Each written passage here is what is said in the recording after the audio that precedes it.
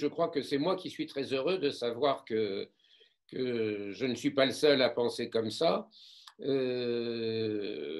Patrice Bergeron, que j'ai connu il n'y a pas si longtemps, a eu un cursus un petit peu similaire au mien, c'est-à-dire que ben, on écoute quand on est formé, on essaye de poser des questions. Comme on n'y répond pas forcément, nos enseignants n'y répondent pas forcément, on essaye de trouver des solutions par nous-mêmes. Et c'est peut-être ça qui nous fait progresser. Donc, je suis très heureux qu'il me succède. Nous n'avons pas eu la même formation. Il a été formé à Lille avec Duval Bissière que j'aime beaucoup. Mais surtout, il a depuis très longtemps senti que l'orthodontie devait être précoce. Et voilà, je pense que je lui laisse la société avec toute son énergie. Et je tiens à le remercier, de même que toutes nos équipes techniques, Baptiste, Guillaume, Mathilde et tout, qui ont fait quand même beaucoup de choses en 10 jours pour pouvoir vous offrir ça. Donc, Patrice, je te laisse la parole. Et puis, bon, je ne pense pas que j'ai besoin de te contredire. Si jamais j'étais amené à te contredire, ne t'inquiète pas que je n'y manquerai pas. Avec grand plaisir, Patrick. Je pense que la contradiction est la base à l'avancée de toute science et que nous devons nous poser des questions et les bonnes questions. Et je pense que dans cette société, avec l'aide de Patrick, nous nous poserons les bonnes questions. Alors, moi, je fais mes études à la faculté de Lille. J'ai fait mon sexmo là-bas avec une idée très fonctionnelle. Aujourd'hui, mon cabinet d'orthodontie est situé à Genève. Pour toutes ces vidéos que vous êtes en train de voir, sachez qu'en même temps, on est en direct sur le lien YouTube s'il n'y a pas assez de présence sur Zoom et qu'elles seront retransmises et que vous pourrez, en vous abonnant sur la chaîne YouTube, avoir une formation permanente à l'orthodontie pédiatrique et à des mises à jour. Parce que ce qui est important aussi, c'est que vous puissiez rester informé en permanence. Alors, mon thème aujourd'hui, c'est traiter et dépister les malformations de 3 à 6 ans ou les malocclusions. Donc, on va voir un petit peu toutes ces malformations qui existent et essayer de les détailler une par une pour voir comment on les dépiste et qu'est-ce qu'on peut proposer comme traitement. Donc, je vous montrerai comment moi je fais. La première chose qui est importante, c'est de comprendre la croissance. C'est-à-dire qu'aujourd'hui, quand on dit on grandit, oui, on grandit et on se développe. Mais bon, à la limite, on grandit, on rapetit, mais la croissance et la décroissance, c'est une évolution permanente. Alors, j'ose à dire sur ces courbes que souvent, les gens arrivent en disant « Oh là là, il a grandi ». Je pense qu'il y a un gros rapport entre le fait qu'un adolescent devienne à sa taille. Plus il devient notre taille, plus on a l'impression qu'il grandit vite. Mais si on regarde bien, donc si vous regardez cette diapositive, vous voyez qu'en fait, la face, enfin en tout cas le visage, d'après le tableau de Krogman, on voit qu'en fait à 5 ans, 80% du sens vertical, 85% du sens transversal et 85% du sens sagittal est déjà déterminé. Ça veut dire quoi? Ça veut dire qu'il nous reste 15% de croissance après 5 ans et que cette croissance, ça va être au niveau de la face. Ça veut dire que déjà à 5 ans, une grande partie de la croissance, elle s'est faite. Et si on voit, elle va se faire encore entre 0, 2 ans, 5 ans. Donc, il y a vraiment un potentiel énorme qui va être au départ. Et si on estime que ce potentiel est modifiable, alors il va falloir le modifier assez tôt. Et si on regarde cette courbe, cet article qui montre le nombre de malocclusions qu'il peut y avoir, donc à la naissance qui va commencer à 20% et qui va arriver après pratiquement à 80%, bah, on comprend aussi que finalement, la malocclusion, elle ne vient pas du jour au lendemain. Souvent, les patients ils me disent « Oui, tiens, ça vient d'arriver. Avant, il n'y avait rien et d'un seul coup. » Non, non. Aujourd'hui, en fait, la réalité, c'est que tout est venu avant. La problématique qu'on avait en orthodontie, c'est que moi, je me souviens de cette courbe, d'ailleurs, qui est issue de mes cours, en fait, où on travaillait sur le pic pubertaire en disant, mais finalement, il y a une croissance, mais il y a un pic pubertaire, stimulant la croissance au pic pubertaire. Ce serait quelque chose de trop simpliste et ce serait d'oublier qu'en fait, sous la surface de cette courbe, on a un pic de croissance dès le départ qui est très, très important. Et en fait, si on regarde ici cette croissance, donc on voit qu'elle augmente, elle continue, elle continue, elle continue. On peut voir le pic qui est ici, mais n'oubliez pas qu'on ne voit que la croissance osseuse. et que la réalité en fait de la croissance, c'est qu'elle n'est pas cosseuse, elle est fonctionnelle, elle est globale. Alors regardez ce petit schéma que j'ai fait, et puis vous voyez qu'en fait de 0 à 3 ans, bien sûr qu'on continue, mais vous avez 45% de croissance. Ensuite 20%, 20%, 15, 20%. Ce serait faux de croire qu'en fait cette croissance réellement n'est faite qu'au pic pubertaire. Alors bien sûr, les anciennes théories de croissance orthodontique, c'est Brody en 1946, qui pour lui, la croissance est déterminée génétique. Mais ce n'est qu'une théorie, une façon d'adapter des faits connus et vérifiés. Donc si la théorie est de dire que l'enfant a une croissance génétiquement déterminée, alors ça voudrait dire qu'on ne peut rien changer. Et si on regarde vraiment un enfant, oui, sa taille est génétiquement déterminée. Aujourd'hui, on sait qu'au niveau des synchondroses, il va y avoir un déterminant génétique qui va donner la taille en hauteur. Mais les visages, c'est différent. Et l'évolution des théories, que ce soit la théorie de Scott en 1967, montre qu'en fait, on a des centres de croissance primaires et des secondaires, les syndesmoses. Les syndesmoses sont des cellules qui si elles ne sont pas stimulées, ne vont pas se développer. Donc, en fait, si vous mettez des synchondroses, en fait, des cellules génétiquement déterminées, comme au niveau des jambes pour la taille, elles vont grandir toutes seules. Les syndesmoses, les cellules au niveau des sutures, si elles ne sont pas stimulées, elles ne grandissent pas. Et je partage cette idée au niveau de la respiration, au niveau de la déglutition. Et d'où les théories de Moss, vous voyez, qui dit que l'adaptation du génome dépend de la fonction, la matrice grandit et le squelette répond. Et j'aime bien aussi ce que je partage avec Patrick, c'est cette idée que quand les enfants n'ont pas d'œil, on met un ballon, on gonfle pour mettre un œil de verre plus tard. Mais moi qui ai travaillé aux consultations de fente faciale, j'avais le professeur Pellerin qui disait pour les fentes et tout, il faut vraiment les remettre en fait remettre le muscle à sa position et l'os reviendra. Pourquoi? Parce qu'il faut des controverses. Et si Patrick ou quelqu'un doit m'interrompre, oui, et j'aime la controverse parce que je pense qu'elle nous fait avancer. Et l'avantage des cliniciens, ce que nous sommes avec Patrick, c'est que nous voyons des patients tous les jours et c'est ça qui nous fait changer et qui nous fait étudier. Alors bien sûr, ça a évolué vers la théorie synthétique et l'analyse descriptive de Delair où le visage va grandir et en fait, comment on peut l'influencer puisqu'aujourd'hui, on se rend compte qu'on arrive à influencer la croissance dans les trois sens de l'espace. Et aujourd'hui, je pense qu'en 2020, tout le monde partage cette idée que la croissance est malléable. Et par évidence, au plus on le fait jeune, au plus on va adapter la croissance. Je dis souvent, dans quel métier on pourrait dire qu'en fait, finalement, il y a un problème et on ne le traite pas? Nulle part. Si on dépiste quelque chose, notre devoir de médecin, c'est de le traiter. Alors, moi, je partage aussi cette idée de la croissance homorphique de Patrice Fellus, qui fait que les facteurs locaux d'équilibre pour une croissance harmonieuse des maxillaires sont essentiellement représentés par la position de la langue d'une part, la position des lèvres d'autre part. La langue doit être appliquée contre le palais non seulement, lors des praxies, la déglutition qui s'accompagne avec un contact d'arcade. Et en réalité, si vous regardez en fait l'anatomie, parce que derrière la dent, derrière le sourire, derrière la beauté, bah, nous avons une anatomie que nous avons appris et que nous devons respecter. Il faut essayer de trouver un équilibre justement entre cette langue, entre ces muscles, entre ces fonctions qu'exerce le visage. Et si on réfléchit aux fonctions du visage, on comprendra que le plus important dans le corps, c'est la respiration. Et ensuite, on a la déglutition et ensuite la mastication. Alors ici, une petite théorie aussi cybernétique et on voit que finalement, on n'a pas encore abouti dans les déterminants de la croissance entre ce qui est génétique, entre ce qui est hormonal, en ce qui va déterminer la position sagittale. Alors peut-être que l'étude la plus poussée était le concept cybernétique, mais derrière tout ça, on a aussi l'anatomie et il faut revenir à l'anatomie, à l'airway, à cette langue qui, elle, a besoin de place. Comment voulez-vous penser qu'on puisse redresser des dents, bouger des dents sans en même temps comprendre que finalement on a besoin de respirer, qu'on a besoin de l'air qui passe derrière, qu'on a besoin de déglutir, qu'on a besoin de place pour la langue pour qu'elle puisse se mettre en place.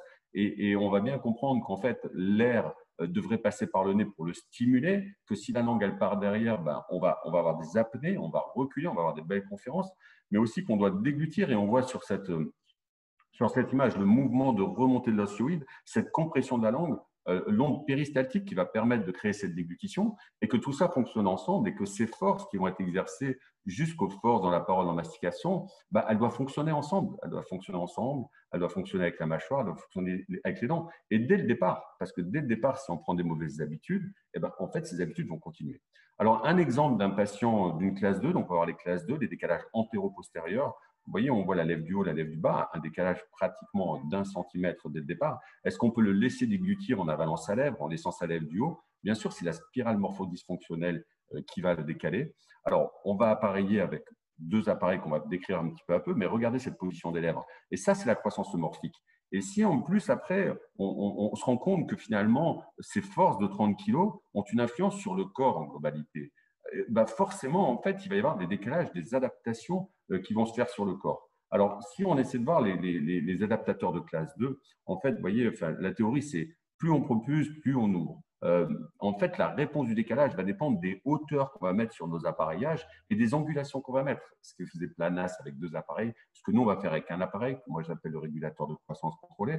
Et cette solution qui est posée par Nemotech, une solution de Nemo, en fait, qui est une boîte qui appartient aujourd'hui à Biotech Dental, qui va nous permettre, en fait, d'individualiser nos plans de traitement et de chacun faire son homme-maître du traitement du jeune enfant, c'est-à-dire d'avoir un appareil classique et de faire avancer la recherche sur les hauteurs des molaires, des devants, des cales, leur inclinaison, pour voir les conséquences non seulement sur les maxillaires, sur les rotations mandibulaires, sur le sens vertical, bon, bien sûr transversal avec ce vérin et les sens antéro-postérieurs, et de nous d'évoluer, de faire de la recherche, de faire de la vraie science avec des chiffres pour voir comment chaque enfant, on arrive à créer en fait vraiment cette croissance harmonieuse qu'on pourrait appeler la croissance eumorphique, c'est-à-dire un système où la langue est bien à sa place, où la mastication se fait naturellement, où la posture est confortable. Qui veut de mieux qu'un enfant grandisse bien, que ses dents se mettent bien en place, que ça se fasse tout seul, sans contrainte. On dit toujours le mieux, quand on met un appareillage orthodontique ou un orthodontofacial, c'est un appareil qui va avec la nature. Il faut aller dans le sens de la nature, il faut l'accompagner à la nature. La nature n'aime pas trop quand elle est forcée, ça va créer des contraintes à d'autres niveaux. La nature, il faut vraiment qu'elle soit mise en place. Alors, pour ces traitements des classes 2, vous voyez, j'avais vu un article qui était réalisé par Jean-Jacques Aquelin qui disait, vous voyez, qu'on pouvait en fait stimuler la croissance mandibulaire et qu'en fait, on avait une réponse meilleure entre 8 et 10 ans, alors qu'avant, on disait qu'il fallait attendre 12 ans. En réalité, moi qui aime bien Jean-Jacques Aquelin, parce qu'il a osé changer les choses, il a dit que les FO n'étaient plus obligatoires, il a traité sans extraction, c'est que finalement, son échantillon commence à 8-12 ans, et je suis sûr que s'il avait fait son étude à 4 ans, il aurait dit que c'était à 4 ans. Et aujourd'hui, j'ai eu l'occasion de participer à son école privée et à son enseignement, et je pense que c'est vraiment quelqu'un qui est très ouvert pour développer. Alors bien sûr, et si on ne fait rien, est-ce que l'enfant va grandir? Puisque finalement, les gens disent toujours oui, mais si on ne fait rien, il va grandir. Non, en réalité, non. Vous voyez bien sur cette photo que si vous ne faites rien, la croissance, elle ne se fait pas. Donc l'enfant grandit, mais son visage ne se développe pas. Il est fermé, il s'auto-ferme sur lui-même. Vous êtes là pour ouvrir, vous êtes là pour développer. Vraiment comme une plante, il faut toujours avoir cette sensation de développer, de stimuler, de créer. Parce que si on ne le fait pas plus tard, après, ce sera de la chirurgie. Et on voit beaucoup d'adultes qui sont opérés, à qui on propose des chirurgies pour des apnées du sommeil, parce que leur visage ne va pas, parce qu'ils ne sont pas confortables. Il y a un proverbe qui dit « Je suis bien dans ma peau, elle est juste à ma taille ». Moi, je dis « Vous êtes bien dans ma bouche si elle est juste à votre taille ». Et ensuite, il faut apprendre à bien fonctionner avec sa langue, avec sa bouche, avec son corps, à comprendre son corps et à le développer. Donc, pour la classe 2, très jeune, bah, plus c'est jeune, plus non seulement les mâchoires vont se mettre en place, mais plus l'os, les muscles et tout le système va s'adapter. Plus on attend, plus il va falloir. Mais attention aussi à la respiration, parce que vous voyez que si on respire par la bouche, on a tendance à ouvrir l'angle mandibulaire, reculer. On va se retrouver en classe de 2. Et le problème des classes de 2 ici, c'est que, en fait, quand la mâchoire elle descend vers le bas, alors attendez, on va reprendre. Vous voyez ici, c'est un article. Bon, écoutez, on ne va pas l'avoir, mais plus la mâchoire descend vers le bas, plus cet angle est augmenté. Si vous demandez à des gens dans la rue ce qu'ils en pensent, ils vont vous dire qu'à 40%, ils aiment bien ça et à 80%, ils aiment bien ça. Ça veut dire qu'en fait, l'équilibre normal est beau. D'ailleurs, j'ai créé aussi un système qui s'appelle l'orthodontie esthétique et fonctionnelle du sourire. Je pense qu'il faut que ce soit équilibré pour que ce soit beau. Et si vous regardez ce visage, vous comprenez en fait que le patient avec des extractions récidive de classe 2 parce que tout ça, c'est trop en arrière. Sa langue, ses fonctions ne peuvent pas s'exprimer. Il ne peut pas s'exprimer. Donc, il s'exprime, mais forcément, les choses récidivent. Parce que même si on impose des forces et des mouvements au niveau des dents, ces mouvements au niveau des dents, ils vont du mal à avoir à se faire. Et si finalement on laisse ces décalages, ces déformations, bah après on voit bien que c'est osseux. Et je dis toujours, finalement, je pense que l'orthopédie pédiatrique, ça va être une partie de décompensation. Il va avoir décompensé l'os alvéolaire. Ça se fera en plusieurs étapes. Donc là, en fait, vous allez avoir un traitement qu'on a fait en plusieurs étapes et qui, pour moi, se termine quand la dent définitive est arrivée. Et vous voyez l'encombrement qu'il y avait en bas ici, qui est assez important. Vous voyez la taille de la langue. Regardez ça, les langues, la taille. Et vous voyez le déverrouillage, on débloque, on aide l'enfant à grandir, et sans enlever aucune dent, ni une dent D, ni une dent définitive. L'enfant arrive. En fait, vous poussez, il grandit. La nature est bien faite. Vraiment, la nature, elle est bien faite. Il faut l'accompagner. Il faut l'apprendre à l'observer. Et je pense que l'orthodontie pédiatrique, ça va être ça aussi. Ça va être une grosse observation du patient et de ces décalages. Et vous voyez, au niveau de la forme du visage, au niveau de la forme des lèvres, c'est ce visage qui redémarre, qui se remet en place. Et bien sûr, ça commence toujours par développer. Donc là, on voit le sens transversal, mais on va essayer de ne pas oublier que le visage, c'est une entité non seulement morphologique, structurelle, mais fonctionnelle, et que tout ça est lié ensemble, est lié au corps. Mais en faisant ces étapes de mise en place, on arrive à accompagner l'enfant et créer cette vraie croissance eumorphique. Et j'adore vraiment encore ce mot que Patrice a créé et que Patrick a créé, que j'utilise parfois, mais il faut rendre à Patrick ce qui est à Patrick, c'est lui qui l'a inventé. Alors, pour faire tout ça, il va falloir aussi changer nos dogmes. Il va falloir trouver un système d'études. Moi, j'utilise la Biesthetic Line qui va permettre en fait de gérer ici ce que vous voyez en bas, tout le système médical, enfin tout le système humain, donc la langue, la trachée, l'os-hyoïde, l'airway, le maxillaire. Il ne faut pas intégrer juste sur ces images où on voit, bien sûr, pas transparent sur la radio, le voile du palais, on voit tout ça, mais en fait, on n'a pas l'anatomie globale des choses, on n'a qu'une image. Aujourd'hui, on va pouvoir, en fait, avec ces idées redresser. Alors, l'orthopédie pédiatrique doit réharmoniser le système global pour une croissance unique individuelle. Il faut vraiment créer un visage, pas normalisé, mais un visage individualisé. Alors, l'orthodontie pédiatrique, juste un petit mot pour les orthodontistes pour expliquer que ça reste de l'orthodontie. Pour l'instant, pour nous qui utilisons ces appareils que moi j'appelle le RCC, il y a encore une partie manuelle où on va venir adapter, accompagner pour l'enfant. Il faut bien sûr que l'appareil soit assez précis pour pas que l'enfant, lors des pauses, quand il est très jeune, il faut que ce soit simple, efficace et que ce soit facile pour lui. Il ne faut pas qu'il y ait de douleur. Il y a une petite gêne pendant 3-4 jours, mais vraiment quand il mange avec. Alors, vous voyez ici, par exemple, au niveau de l'étage inférieur, et vous voyez la croissance qu'on arrive à faire avant de faire après la deuxième étape, parce qu'après, en fait, il y a encore l'orthodontie du sourire, la finition. Mais quand la morphologie est bonne, comme pour la chirurgie orthodontique, je dirais qu'il faut vraiment décompenser et il faut gérer ça comme si on faisait une opération chirurgicale. Donc, j'ai vu des conférences comme quoi on tirait sur les dents. Non, je pense qu'en orthodontie pédiatrique, il faut travailler sur la base osseuse, il ne faut pas décompenser les dents. Moi, j'ai fait beaucoup de traitements par aligneur, comme vous le savez. Je ne partage pas l'idée aujourd'hui de faire de l'expansion par aligneur à 4 ans. Je pense qu'il faut le faire en profondeur pour que la langue en profondeur, la compensation, comme disait le professeur Douai, qui était mon maître, est juste quelque chose qui va remplir le système, mais il faut le faire en profondeur et après venir décaler et repositionner en place. Alors, pour décaler, bien sûr, on va devoir aussi voir des signes cliniques. Je pense réellement, et c'est ce que je trouve dans cette orthodontie pédiatrique, une étude de sémiologie des signes, essayer de plus regarder le visage de l'enfant, de le comprendre. Alors, on peut s'aider.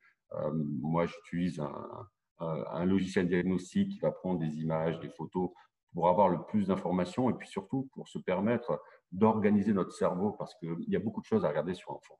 Alors, bien sûr, avec l'expérience, ça devient assez facile, mais en réalité, il faut essayer de pouvoir s'arrêter un par un pour pouvoir venir analyser, recadrer, remettre. Et on oublie souvent que l'orthodontie pédiatrique, des gens comme Patrick trouvent que c'est simple. Moi, j'ai formé beaucoup de praticiens dans mes cabinets. Je pense qu'aujourd'hui, tous ceux qui sont passés dans mes structures font l'orthodontie pédiatrique des jeunes enfants. Il y a beaucoup de choses à observer, beaucoup de choses, et c'est ça qui est un peu difficile. Alors, l'avantage aujourd'hui du numérique, des logiciels, c'est que ça vous permet de dépasser par étapes pour bien comprendre et après de bien expliquer aux patients. Et si vous prenez tous ces signes morphologiques, plus vous les analysez pour avoir des références, et si vous comparez après, vous superposez toutes ces analyses avec la téléradiographie qui doit quand même vous aider pour regarder la pneumatisation, la structure, vous voyez, l'ossification. Là, il n'y a pas beaucoup de contact incisif, pas de pneumologie, pas de sinus frontal. Donc, en fait, vous allez voir à travers la radiographie des signes, mais qui ne sont qu'une confirmation de ce que vous avez vu au niveau clinique, puisque c'est la clinique. De voir les enfants cernés, de les voir avec du mal à respirer, de voir la bouche ouverte, il faut les voir en face, il faut que ce soit en face de vous, dans leur fauteuil, il faut les regarder. Il faut regarder un enfant. Si vous ne regardez pas un enfant, vous ne pouvez pas le traiter. Un enfant, ça ne se regarde pas sur un fauteuil, ça se regarde, ça s'observe. C'est dans la salle d'attente, c'est quand il ouvre la porte. J'ai entendu ça pendant toutes des années par mes enseignants et Dieu sait s'ils avaient raison. C'est très difficile des fois quand on est un étudiant, on a l'impression de rien comprendre. Mais je vais vous rassurer, toute sa vie, on a l'impression de rien comprendre. Enfin, on a toujours l'impression de comprendre, mais on évolue. Mais il y a tellement de données. Aujourd'hui, vous voyez, ça c'est la deuxième étape que je vais faire. Vous avez tellement de données sur cet enfant, de repositionnement, de mise en place, de 32 dans un système gnatologique global, qu'il faut essayer de tout voir. Mais derrière, vous avez aussi la fonction, la langue, la déglutition, la posture, l'orthophonie, la logopédie, les posturologues, les pédiatres. Toutes les spécialités médicales doivent se retrouver autour de l'enfant et aussi le myofonctionnel et intégrer les premiers développements. Alors, beaucoup de gouvernements aujourd'hui, d'États, se posent la question de savoir comment on peut aider les premiers jours de l'enfant. Et oui, il faut l'accompagner. Il va falloir accompagner cet enfant et c'est notre rôle d'orthodontie pédiatrique de réunir le monde médical autour du visage, autour de l'enfant qui n'est pas forcément une maladie, mais qui finalement pourrait devenir une maladie, puisqu'on voit bien qu'aujourd'hui les apnées, et on a Jean-Baptiste Kerba qui en parlera, ont des conséquences assez graves sur le corps et sur la fonction. Et je pense que l'être humain s'adapte, il s'adapte s'il n'a pas de place pour sa langue, s'il ne fonctionne pas. On voit des classes 2, on voit des décalages énormes chez les adultes qui s'adaptent, mais ils souffrent. Il y a une sorte de souffrance qui reste chez l'enfant, qu'on regarde, qu'on observe. Alors pourquoi finalement peut-être on ne laiterait pas? Parce qu'on se dit c'est compliqué, pourquoi on va l'embêter? Tous les jours, j'entends des gens qui me disent mais pourquoi vous voulez que je l'embête? L'enfant, t'es sûr, je ne vais pas l'embêter. Je dis mais on ne va pas l'embêter, on lui rend service. C'est lui rendre service. Attention, pas n'importe quel appareillage. Et là, je partage beaucoup d'idées de Patrick, etc. Pour notre part, non, mais des appareillages amovibles parce qu'on pense que psychologiquement, un enfant, il sait qu'il peut l'enlever et rentrer à poser un appareil sur un enfant dans sa bouche, c'est pas quelque chose de psychologiquement toujours simple. De savoir qu'il peut l'enlever, c'est quelque chose de plus agréable. Donc nous, c'est ce qu'on fait, on peut l'enlever. Alors bien sûr, là, vous voyez en même temps que je vous parle les images du détail de ce qu'on peut faire. Donc, et après, comment on va venir caler? Donc là, on utilise le logiciel Nemo Toujours Studio, sur lequel on va pouvoir gérer en 3D. Donc on a aussi cette précision. Faire de l'orthodontie pédiatrique et de l'orthodontie en 2020, c'est extraordinaire, c'est magique. C'est pas magique parce que c'est mathématique, parce qu'on croit que c'est un logiciel. Ce n'est pas un logiciel qui fait le traitement, c'est vous. Mais le logiciel vous aide pour vous donner des informations claires, efficaces, reproductibles. Ça va nous permettre de faire de la science, de la vraie science. Comme dit le professeur Raoult, ce qu'il aime bien, c'est les chiffres. Et en fait, un scientifique, c'est ce qu'il faut. Il faut qu'il s'aide de la clinique. Et moi, aujourd'hui, si je fais de l'orthodontie pédiatrique, c'est pourquoi? Parce que j'ai eu tellement de résultats chez les enfants, tellement de satisfaction, tellement de résultats. Alors là, je vous montre juste la deuxième phase de croissance orthopédique. On va passer un peu où en fait, on peut programmer et mettre des nouveaux systèmes d'activateurs assez simples et toujours amovibles. Alors, 20 raisons pour traiter… Pardon, excusez-moi. 20 raisons pour traiter trop. Bon, bien sûr, restaurer une bonne fonction incisive, c'est diminuer le risque de trauma chez les jeunes enfants. C'est aussi favoriser les fonctions, respiration, mastication bilatérale, c'est une évidence. Pourquoi vous allez laisser les dents en avant? Pourquoi vous allez empêcher l'enfant de mastiquer normalement et penser que d'un seul jour, parce que vous avez remis ses dents, tout va se passer normalement? Mais les muscles, ils ont une zone d'insertion. Vous ne pouvez pas changer une musculature, un corps du jour au lendemain, comme ça. Le corps, ça ne marche pas comme ça. Soit c'est de la chirurgie et encore, mais tout est lié. Le système neuromusculaire et vraiment, je suis en admiration devant l'évolution de Patrick sur les neurosciences parce que je pense que c'est une intelligence d'avoir compris que derrière, il y a des neurosciences qui vont le mettre en place. Alors, les forces utilisées doivent être physiologiques, sans risque pour les racines dentaires et moins de problèmes de récidive. Bien sûr, il faut aller tout doucement. On fait une première étape, on observe. Nous précisons un appareil, mais c'est à l'enfant à le porter. Et surtout, pour notre part, l'enfant, il le garde jour et nuit, il mange avec, il ne l'enlève pas. Sinon, ça devient un enfer, ça peut être difficile pour les parents. Et on a une meilleure efficacité quand ils ont tout le monde. C'est des milliers d'appareils qu'on a posés où les enfants mangent avec, ça marche très très bien. Il n'y a que quand il enlève, ça marche. Alors, parlons de l'encombrement, la DDM, le manque de place. Vous voyez, pourquoi commencer tôt? Moins d'extraction. Oui, on n'a pas envie. Il n'y a plus personne qui a envie d'enlever des dents. C'est fini. Je pense que mon premier cours à l'université de Lille, c'était le professeur Tilloise. Donc, ce n'était pas le professeur Douai, il me disait maintenant, vous avez soigné des dents, 70% des gens, vous enlèverez des dents. Aujourd'hui, si je vous dis que dans mon cabinet, on est à moins de 1% d'extraction, on ne fait plus d'extraction. Il n'y a plus d'extraction prémolaire. Ça n'existe plus. Ça n'a plus raison d'être. Pourquoi? Grâce à l'orthodontie pédiatrique et au système de distalisation et une mesure précise, c'est-à-dire des mesures précises d'encombrement. Donc, bien sûr, l'expansion, une prévention simple de l'encombrement dentaire. Donc là, bien sûr, vous avez toute une littérature qui vous l'explique, mais en dehors de la littérature, il faut comprendre l'anatomie. Ici, c'est la suture, la syndesmose. Ça, ici, c'est des ostéoblastes. Ok, les cellules, si elles sont comprimées parce qu'il n'y a pas de respiration, c'est fermé, ça ne grandit pas. Et en fait, ces cellules-là, vous ouvrez, vous stimulez un peu, oxygène, l'oxygène, le sang, les cellules, elles viennent, ça se met en place, ça se développe. Dans la limite de l'enfant, ça se développe et ça fonctionne bien. Si vous attendez que les sutures soient fermées, bon, bah là, après, quand vous tirez dessus, bah, d'abord, ça fait mal, ça ne marche pas et ça récidive. Et si vous vous retrouvez un jour avec des enfants de 8 ans, 9 ans comme ça, avec des palais, regardez la taille. Comment voulez-vous qu'ils mettent soit sa langue, qu'ils respirent, qu'ils fonctionnent, qu'ils vivent? Il ne peut que s'adapter. C'est un handicap. C'est un vrai handicap. Pourquoi?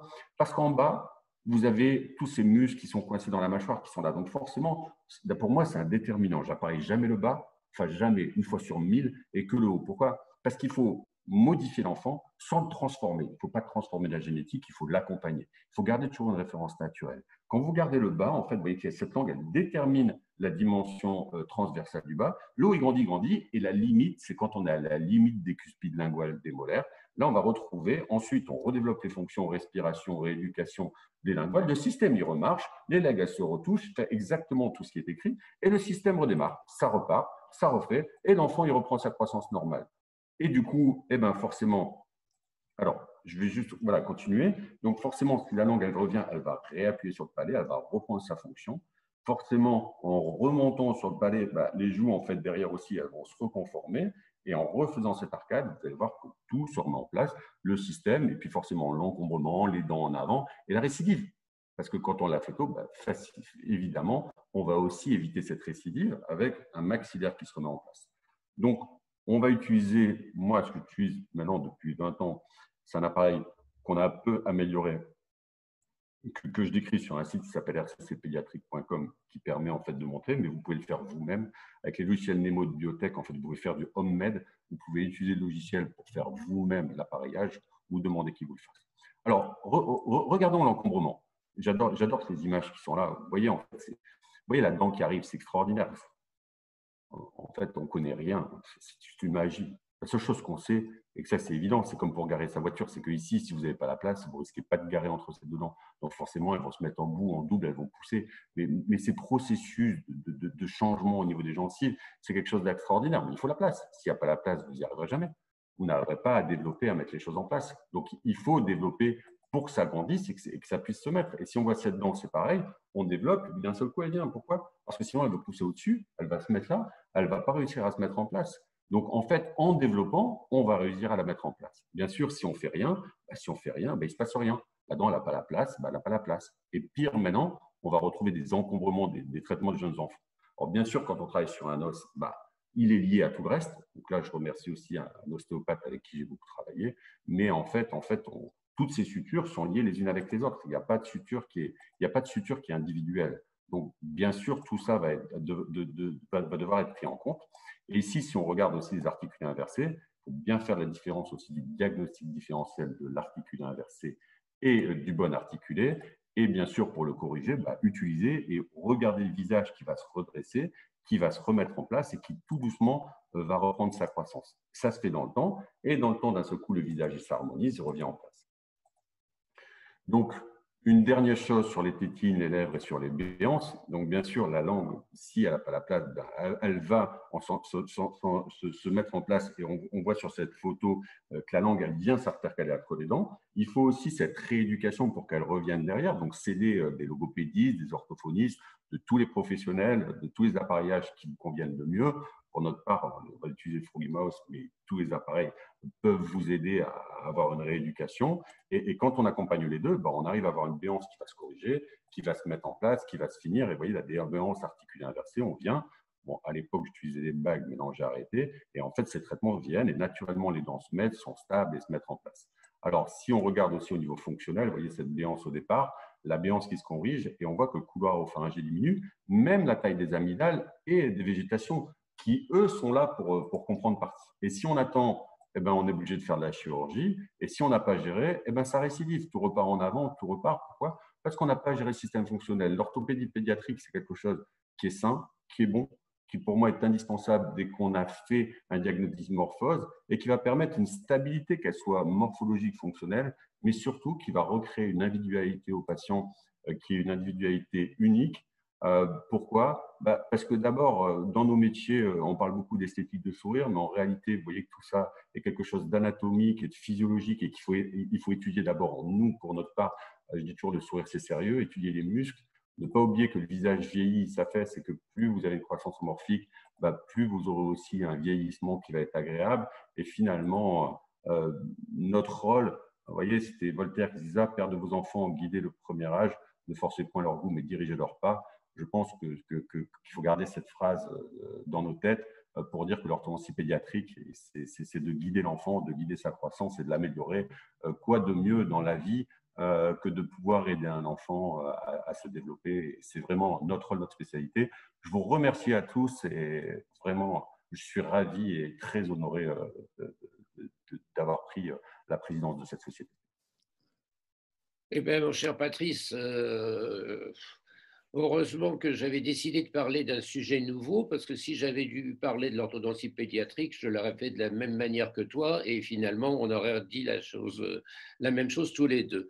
Je pense qu'il y a deux personnes sur lesquelles il faut revenir, parce qu'elles sont fondamentales. La première, c'est Petrovic. Petrovic, 1970. Voilà, Petrovic qui a été le premier à montrer que l'on pouvait faire grandir une mandibule. Et Petrovic a été invité à Ann Arbor et a permis à McNamara de reprendre un certain nombre de travaux qui disaient qu'on ne peut pas faire grandir une mâchoire, et on le prouvait, parce que c'est toujours important dans notre civilisation de prouver. Alors on avait prouvé qu'on ne pouvait pas faire grandir la mâchoire des singes. Et McNamara a regardé un peu les conditions de cette expérimentation, c'était que des singes adultes. Et le jour où il a commencé à faire la même expérimentation sur des singes très jeunes, il a dit, ah ben oui, effectivement, on peut faire grandir les mâchoires. Donc je crois que ça, c'était une chose importante et qui est finalement la première preuve scientifique de la nécessité d'une orthodontie pédiatrique.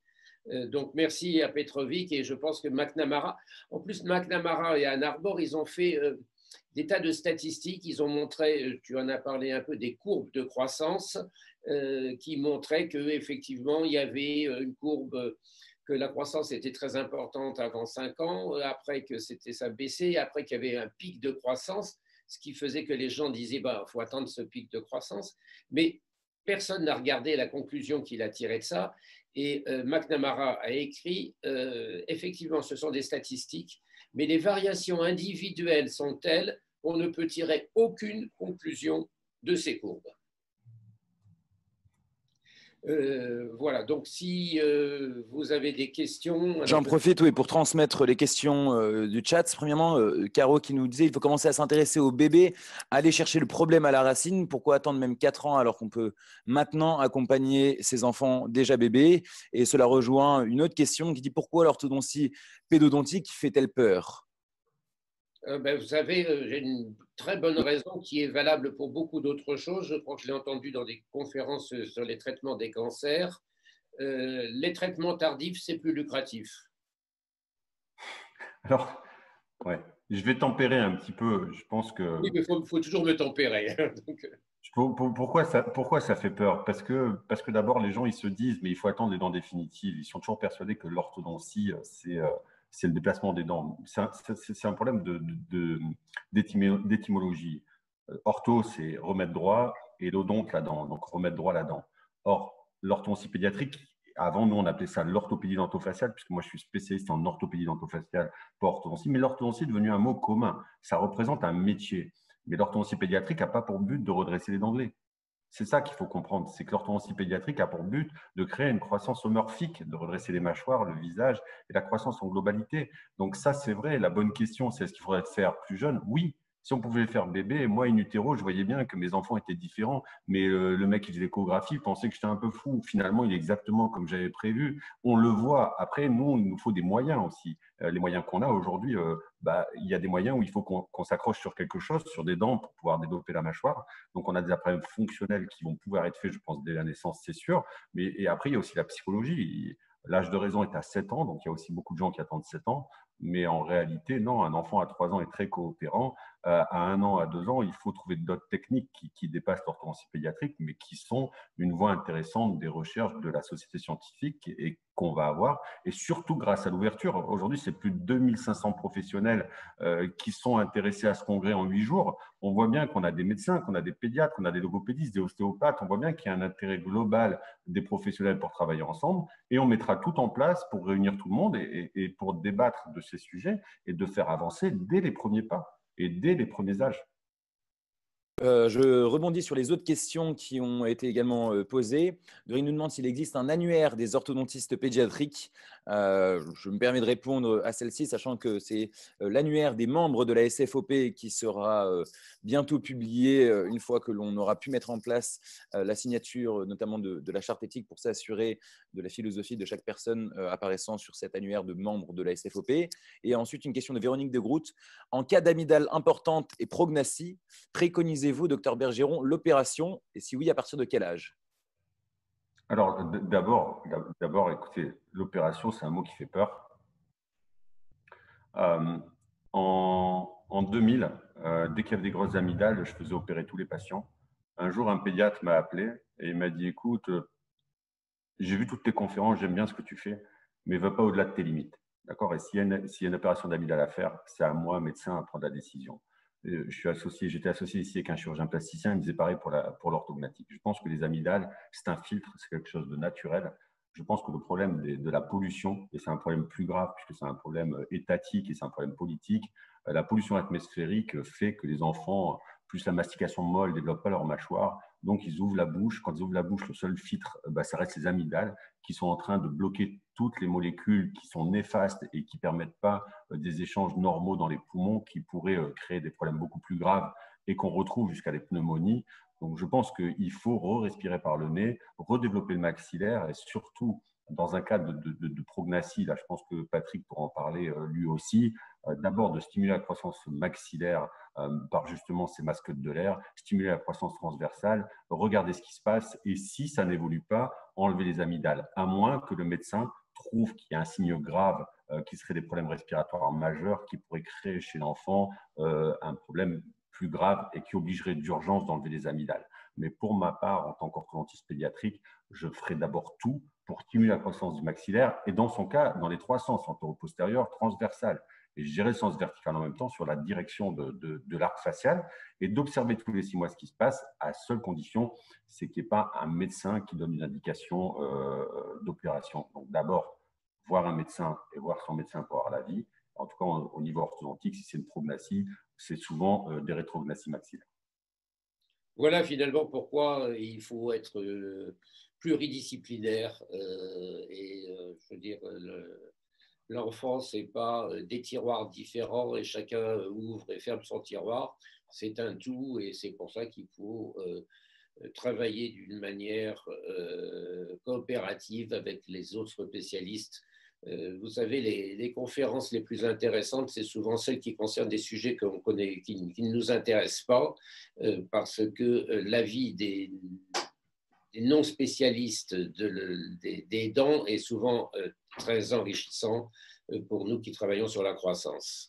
Une dernière question avant de pouvoir passer à la conférence suivante. Je rappelle que vous pouvez voter dans l'écran questions et réponses pour toutes les questions qui vous intéressent le plus parce qu'on n'aura pas le temps de les poser en intégralité. On pourra prendre plus de temps à la fin pour répondre à un plus grand nombre. Mais c'est une question qui nous vient de Sylvie, qui naît à Paris. Pouvez-vous nous préciser quelle est la position idéale ou optimale de la pointe de la langue et à quel âge, selon vous, peut-on commencer la rééducation linguale chez l'enfant? Ah ben là, je vais pas répondre maintenant parce que c'est un petit peu le sujet de ma conférence. Je crois que la meilleure chose possible pour que la langue soit située au bon endroit, c'est surtout pas demander à l'enfant de la mettre à un endroit précis. Ça doit se faire naturellement et que si tout est équilibré, on n'a pas besoin de se poser la question de la place de la pointe de la langue. Merci. Alors, Patrick, je rebondis parce que vraiment, vraiment, j'adore, quoi. Enfin, j'adore parce que moi, ça fait 25 ans que je fais des enfants de 4 ans. Je pense qu'honnêtement, je peux dire que j'en ai posé 10 000 des appareils. Donc, c'est beaucoup. Et je vois la même chose cliniquement. pourquoi on parlerait de la pointe de la langue? Enfin, aujourd'hui, la pointe de la langue n'est qu'un des signes cliniques d'une sémiologie complète. Mais si vous reprenez les photos qu'on a vues tout à l'heure du contexte global, oui, c'est le contexte global. Ne regardez pas, je vous en supplie, en plus, vous êtes kiné, c'est vraiment adorable d'assister, d'être là et de poser des questions parce qu'on a besoin de vous aussi. Regardez-le dans sa globalité et regardez ce qu'on vous montre, les vidéos que vous allez voir. Vous voyez que vous allez regarder différent, quoi. La pointe est juste un petit signe, c'est ce qu'on voit de l'iceberg. Et par contre, restez encore 30 minutes parce que vous allez être très, très intéressé par la conférence de Patrick qui va passer une demi-heure à vous expliquer exactement ce qu'il faut faire.